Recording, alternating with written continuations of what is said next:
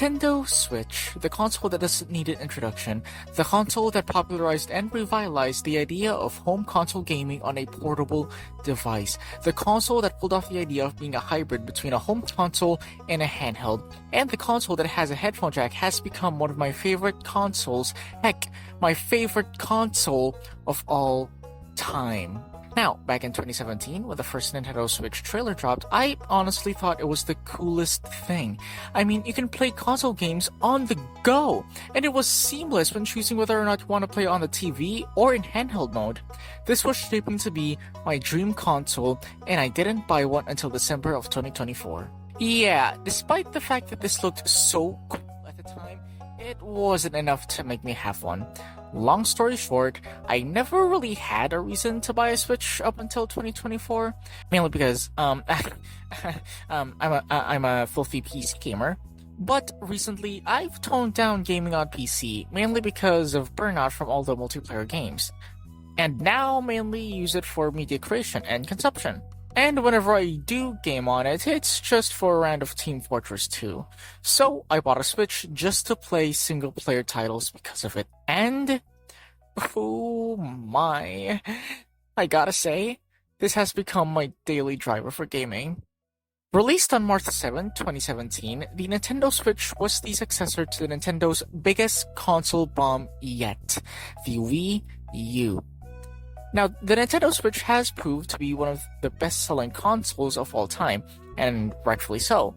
Because like I said in the beginning, the concept of the Nintendo Switch was really amazing, and they executed it pretty good in my opinion.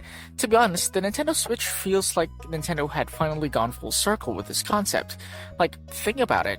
Nintendo has always held their home consoles to a high standard, always bringing them back on their modern systems, even though their handhelds had always outsold their home console counterparts, like the GBA to the GameCube, the DS to the Wii, and their last home console, the Wii U, was completely crushed and outsold by Nintendo's handheld at the time, the 3DS. Then we have the Switch, with Nintendo combining the charm and fun of their home console games and handheld systems, and to no one's surprise, the Switch has become Nintendo's second most sold console, as the time of writing, with 150 million sold so far, with the DS beating it by 5 million units. But, truth be told, this console isn't perfect. What? Yes, I'm sorry for lying, I might as well just spit on you for good measure, but I am saying it right now. The Switch isn't perfect. This little guy has flaws in my opinion that makes it not that great. For one, the unit itself. Now, Nintendo has gone and fixed this problem in one of its revisions, the Switch Lite. But in terms of the regular Switch and even the OLED, you can feel a little bit of flex when it comes to the Joy-Con and console, which makes it feel fragile and easy to break, and I do not like that. Now, it still requires effort to actually bend the thing, but it feels like you can just snap this at any time, which is not good. Speaking of the Joy-Cons, I don't think I need to remind you why these are flawed.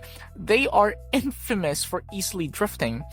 Now, if you're really lucky, you probably haven't experienced this, thus have never heard of it. But, simply put, drifting is when the joystick on your controller is in the middle and not doing anything, but it tells your console that it's moving without you inputting anything yet. That is a control drifting and is apparently common among Joy-Cons. Now, thankfully, I haven't had any major drifting issues yet when it comes to mine. Now, the biggest problem I have for the Switch is its hybrid concept. Now, Nintendo has done an amazing job with the execution. Because it's a hybrid design, the Switch isn't laser focused on what it wants to be, and thus juggling two roles, and both of them kind of fall flat in my opinion. While, yes, you can take the console wherever you go and game wherever you want, it isn't as portable friendly as its predecessors like the Game Boys, the DS family, and the 3DS. It's too big to fit inside your pockets, so you have to use a carrying pouch just for the thing.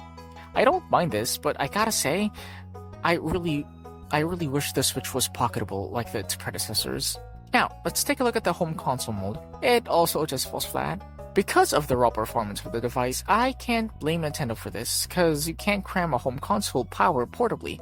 Well, at least for now. The Switch uses an NVIDIA mobile quad-core CPU from 2015, which is why the performance falls flat when compared to the PS4 and Xbox One, and why recent AAA games are even struggling on the thing. I mean, look at this. I can sneeze more frames than that.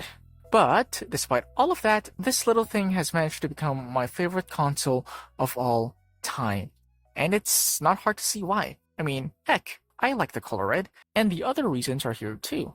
One is just how the console functions. I know I've been dogging on it, saying its hybrid concept is kinda clunky, because it doesn't have a set focus, but they still managed to make it work really well. Removing the Joy-Cons from the console, you can use each Joy-Con as their own controller, and obviously, switching from TV to portable is really simple, and also the design of the Switch is just so adorable and charming. Specifically, the neon blue and red Joy-Cons are so iconic. It looks like a console that when you pick it up and play it, it wants you to have fun with it. It's a fun box, or a fun tablet, so to speak. Now obviously, you can't have a fun console if it doesn't have the games to boot, and thankfully, the Switch is just full of amazing titles, both first-party and third-party. And because this is a Nintendo console, obviously we get some games that are solid to phenomenal when it comes to the first-party games. I mean, yeah, that makes sense. It's a Nintendo console. I think it's supposed to have at least good first-party games legally. Zelda, Breath of the Wild, Tears of the Kingdom, Mario Odyssey, Mario Kart 8 Deluxe, Bayonetta 3, Pokemon Violet. Nintendo in this generation killed it when it comes to their games. Mario Odyssey bringing back the design of Mario 64 with big levels just to explore and mess around in. Same with Breath of the Wild's open world. It's really reminiscent of the first Zelda game on the NES, where it was open world. Now, I haven't finished these two games yet, but from what I've played so far, it was very, very, very lovely. And the games just don't stop there. The third-party games on Switch are honestly really good. Now, Nintendo consoles were never really known to have good third-party games. The consoles did have third-party support, but when comparing it to competing consoles, it's like comparing a pebble to a boulder, like, oh my lord. Ever since the N64, Nintendo had a rough time catering to third parties, mainly because of their consoles usually having one major flaw that completely breaks them. The N64, despite being the most powerful console at the time, it still used cards that only housed about 64 megabytes when compared to the PS1 CDs that could hold up to 700 megabytes. The GameCube had a similar problem with its mini CDs, only holding up to 1.5 gigabytes. Then the Xboxes and PlayStation 2's discs, 4.7 capacity. The Wii? Well, it finally had full CDs, but the trade-off was the raw power of the console that was just too weak when compared to other ones at the time. And it took a lot of effort if you want to port your game to the Wii. The Wii U? Well, the gamepad controller was just a hassle to try and integrate it into your game, and it had such a small user base. Meanwhile, the Switch flourished in third-party support despite the lack of power that the system can provide. And that's mainly due to the fact that Nintendo is using a much more mainstream chip, the NVIDIA Tegra chip, which is apparently really easy to develop for, which is great for developers, duh. And the Switch just has a much more conventional controller. No need to change your controls for a game just because of an iPad controller or motion controls. And because of that, we've had so many third-party developers just releasing game after game after game on the Switch. AAA devs releasing games that had never been on a Nintendo platform before, like Dark Souls, the Bioshock series, Nier Automata, Doom, with a major upside that now you can play them on the go. But, in my opinion, the indie games just completely outshine the AAA games by a lot.